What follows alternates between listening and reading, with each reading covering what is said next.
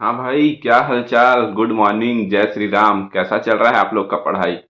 मेरा भी भाई ठीक ठाक चालू हो गया है, 2 दिन हुआ है अभी। बाकी आप कार्य रक्षक जिस दिन से दिलाए थे 27 जुलाई, उसके बाद 3 अगस्त तक मेरा थोड़ा सा डिले हो गया था। आराम फरमा रहा था, बोला जाए तो पढ़ने का मन भी नहीं कर रहा था। अभी फिर से शुरू किया हूँ। तो अभी भाई मैथ्स का भी शुरू शुरू किया हूँ। आज मेरा 4 चैप्टर निपटाना है करीब करीब, ये मैं सोच के बैठा हूँ। बाकी मैं रेशियो निपटा चुका और परसेंटेज निपटा चुका, 2 हो गया है। अर्थमेटिक में मेरे पास टोटल 17 चैप्टर का होता है, 17 चैप्टर में मेरा 2 खत्म हो गया, 15 बचा है। अगर 15 में आज 4 निपटा दिया, 4, मेरा मन है कि 4 निपटा दूं करके। देखते हैं बाकी कितना हो पाता है। 4 अगर निपट गया तो बल्ले बल्ले है भाई, एकदम मजा आ जाएगा आज। ऐसा ही निपटाना है, ऐसा ही यानी सिंपल इंटरेस्ट। बाकी देखते हैं और कुछ होता है तो। बाकी आप लोग का कैसा चल रहा है बताओ। कुछ भी डाउट रहता है भाई भेज दिया करो, टेलीग्राम में कर दिया करो या कमेंट में कर दिया करो। बाकी भाई वो जो मैं बोला था कि 1 महीने में हो जाएगा मेरा सीजीजीएस, तो यार वो सिर्फ मेरे लिए है, आप लोगों के लिए नहीं है, ठीक है। उसमें कई सारा कमेंट आ गया था।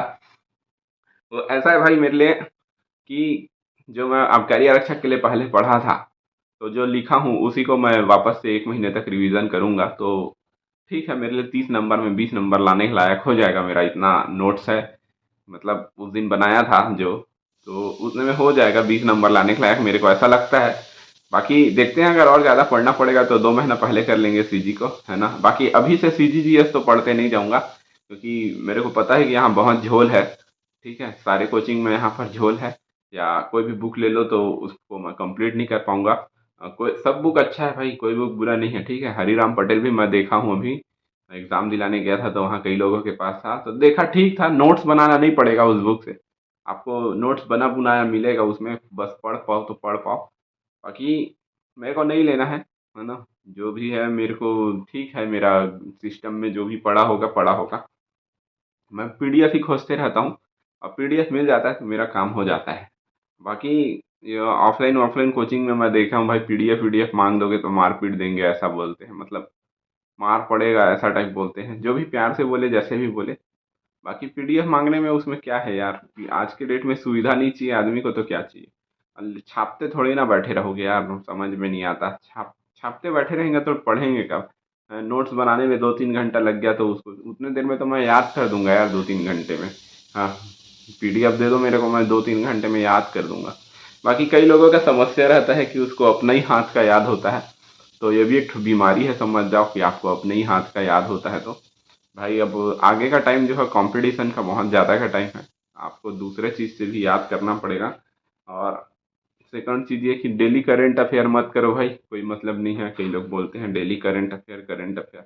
डेली करंट अफेयर करते जाओगे, एक एक दिन का 10-10 क्वेश्चन होते जाएगा, 30 दिन में देख लो कितना क्वेश्चन हो रहा है। 30 × 10 300 क्वेश्चन हो गया। अब फिर आप साल भर तक चलोगे ऐसे, 365 × 10 3650 क्वेश्चन हो जाएगा आपके पास। हो सकता है उससे ज़्यादा भी हो जाए, लेकिन उससे कम नहीं होगा। ये एक बहुत बड़ा बर्डन हो जाएगा, रिवीजन करने में भी जो भी करने में भी। उससे अच्छा भाई ऐसे करो कि अभी चल रहा है अगस्त, तो पिछले महीने जुलाई का मैगजीन वैगजीन उठा के उसमें से बढ़िया निकाल लो। 100 200 300 क्वेश्चन निकलेगा, 1 महीने का 300 क्वेश्चन नहीं निकलेगा, इतना पता है। बहुत कम ही निकलेगा, या तो फिर उसको निकालो भी मत, उसको काट लो जो भी है। फिर आप जिस दिन एग्ज़ाम है उससे 1 आध महीना पहले आप उसको पढ़ लो यार। यही है, क्योंकि एक साथ साल भर का भी लेने जाओगे तो स्पीडी स्पीडी आता है, फिर स्पीडी का ज्ञान तो आज तक मेरे को समझ में नहीं आया भाई, है ना। वो इतना वास्ट है कि मेरे को समझ में नहीं आता। देखा जाए तो उसमें दुनिया भर का नॉलेज है। दुनिया, मैं बुक को बुरा नहीं बोल रहा हूँ भाई, मेरा दिमाग बेकार है उसके मामले में। बहुत ज़्यादा नॉलेज है उसमें, मेरे से कैप्चर नहीं होता। छत्तीसगढ़ का भी करंट अफेयर मैं नहीं करके गया था, ये क्या ई के नायक बी के नायक बोलते हैं, मेरे को नहीं पता था। दुकान में जाके देखा तो क्या अर्जुना वर्जुना चिपका दिए थे, है ना। 50 रुपया कुछ समथिंग, नहीं यार, 125 रुपया कुछ समथिंग था। और समझ वमझ कुछ आया नहीं उसमें का।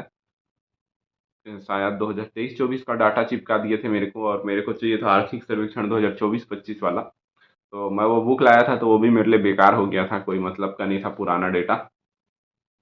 बाकी जो भी था भाई, इंडिया जीएस बहुत काम किया मेरे में। जो मैं जो एसएससी का प्रीवियस ईयर जो मैं पढ़ा था इंडिया जीएस के लिए, वही मेरे को वहाँ पर काम आया, है ना। बाकी सीजीजीएस में मेरा ठीक ठाक था, इजी था पेपर, तो फिर मैं बना डाला वो तीजा वीजा कब आता है, तो ये थोड़ा सा मैं ऐसे एलिमिनेट करके बना डाला, बाकी मेरे को पता नहीं था कि तीजा वीजा कब आता है। तो तुक्का मेरा सही लग गया कि ये अभी चल रहा है, ऐसे ऐसे करके आएगा, तो मैं बना दिया। जो भी है, हो गया वहाँ पर ख़त्म। अब मेरा नंबर बता देता हूँ, तो फिर मैं बताऊँ भाई 70 से प्लस है, लेकिन 80 से नीचे है, इसलिए मैं बहुत ज़्यादा फँसा हुआ हूँ कि होगा नहीं होगा, होगा नहीं होगा, होगा नहीं होगा डर में। बाकी हाइट वाइट का कोई प्रॉब्लम नहीं है, चेस्ट वेस्ट मैं फुला लेता हूँ भाई, मेरा रनिंग वनिंग भी भले धीरे है। 1600 मीटर मेरा running time 8 minute, 8 minute 20 second, 8 minute 30 second चले जाता है। लेकिन ठीक है, इतना 5-6 सेंटीमीटर मैं फुला लूँगा अपना चेस्ट, इतना पता है। और बाकी हाइट भी मेरा 169 है, तो ओके है। ओबीसी कैटेगरी है मेरा। बाकी जो भी हो, करना तो है मेरे को। अगर यहाँ नहीं हुआ तो अमीन पटवारी तो दिलाना ही है। अमीन पटवारी नहीं हुआ तो भाई कोई दूसरा दिलाना ही है। लेकिन इस एग्ज़ाम का फोकस नहीं करूँगा, क्योंकि इसका अभी कुछ सिलेबस नहीं है मेरे पास। और सिलेबस जो है वो 150 नंबर का सिलेबस है, जिसमें मेरे को अभी तक कुछ पता नहीं है कि 150 नंबर का होगा कि 100 नंबर का होगा। तो भाई उसमें जो भी दिख रहा है मेरे को, इधर मेरा सिलेबस लगे रहता है, थोड़ा सा इधर मुड़ता हूँ तो फिर ऐसा मैं कुछ देखता हूँ, सिलेबस विलेबस देखता हूँ। तो भाई मेरे पास अभी 150 नंबर का सिलेबस लगा है। इस पे मेरे को कंप्यूटर वगैरह भी करना है, मैथ्स है, रीजनिंग है, इंग्लिश है, हिंदी है, इंडिया जीएस है। सीजीजी के बस मैं छोड़ूंगा और हिंदी छोड़ूंगा अभी, ये सब मैं बाद में करूंगा। बाकी मेरे को maths, reasoning, English, computer, India GS, इतना मैं करूंगा। और व्यापम में भाई अच्छे लेवल का कंप्यूटर आता है, मैं हॉस्टल वार्डन के टाइम पर पेपर देखा हुआ हूँ, है ना। मैं खुद दिलाया था, मेरा तो वाट लगा था एकदम। कुछ नहीं पढ़ा था, सिर्फ कंप्यूटर क्वालिफाई किया था उस टाइम। सीजी हिस्ट्री भी आया था, गोपाल चंद्र का कोई क्वेश्चन, तो मैं भाजी बना के आया था पूरा क्वेश्चन का। बाकी इस बार मैं पढ़ के गया था वाकई में, आबकारी आरक्षक के मामले में। और मेरे को चाहिए था ये नौकरी, इसलिए मैं पढ़ के गया था। हॉस्टल वार्डन में मैं उतना सीरियस नहीं था, मैं दूसरे साइड ज़्यादा फोकस था। और हो सकता था अगर रहता तो ज़्यादा अच्छा था मेरे लिए।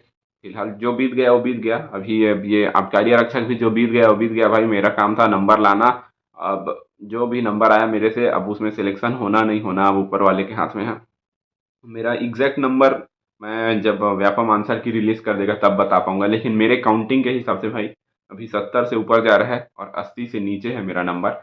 और मेन टेंशन इन्हीं लोग को है जिनका 70 से ऊपर है और 80 से नीचे है। भाई जिनका 80 से ऊपर है वो तो एकदम टेंशन फ्री है, और जिनका 70 से नीचे है वो भी एकदम टेंशन फ्री है कि भाई मेरा तो चांस कम है, ऐसे करके वो दूसरे एग्जाम में। ओबीसी वाले की बात कर रहा हूँ भाई, एसटी एससी वाले आप 70 से नीचे में भी एक्सपेक्ट रखे रहो, है ना, बिल्कुल हो सकता है। और फीमेल कैटेगरी भी 70 से नीचे में एक्सपेक्ट रखे रहो, क्योंकि आपका चांस बहुत ज़्यादा है यहाँ पर, है ना। फीमेल का अलग कोटा है छत्तीसगढ़ में।